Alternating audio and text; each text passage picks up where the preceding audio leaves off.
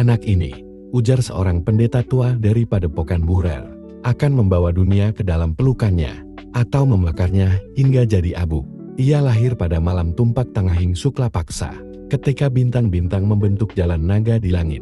Namanya diberi Jaya Negara, namun di kalangan para pendeta, ia dijuluki si Cahaya Timur, karena auranya terasa hangat, seperti nyala dupa dalam kegelapan. Sejak kecil, ia tak menunjukkan ketertarikan besar pada permainan anak-anak, melainkan lebih sering duduk di dekat api bersama guru-gurunya, mendengarkan kisah Ramayana, Mahabharata, dan Tantri Suci dari tanah India dan Tibet. Pendidikan Kertanegara tidak seperti pangeran biasa. Selain membaca kitab hukum dan seni bela diri, ia diajarkan ajian Tantra, yang menggabungkan kekuatan meditasi, penguasaan diri, dan kesadaran terhadap alam semesta. Ia diajari melihat dunia bukan sebagai tempat lahir dan mati semata, tapi sebagai lingkaran waktu tempat raja harus jadi poros membawa keharmonisan antara bumi, langit, dan manusia.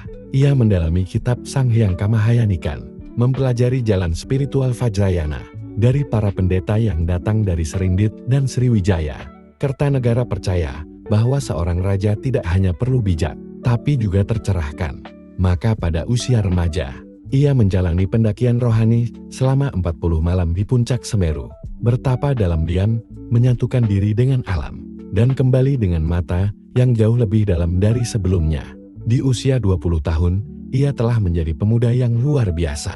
Wajahnya gagah dengan sorot mata tajam dan penuh harisma. Ia memahami bahasa Sanskerta, Jawa kuno, bahkan mengerti tafsir ajaran Buddha dari naskah-naskah Pali.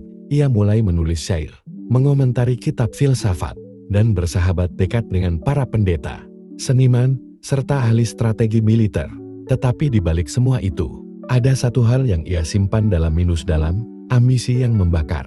Ia ingin menyatukan dunia di bawah satu panji, satu kekuasaan, satu arah moral. Dan ketika Wisnuwardhana jatuh sakit, rakyat pun tahu bahwa dunia akan segera berubah.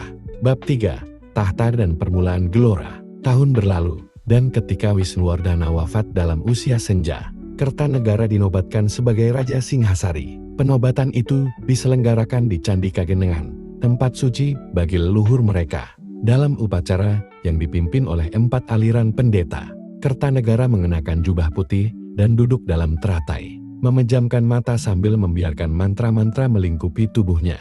Ia bersumpah, "Aku bukan hanya raja atas tanah ini, tetapi penjaga tatanan semesta. Aku adalah cahaya di tengah kabut. Aku akan membuka jalan dari lautan ke gunung,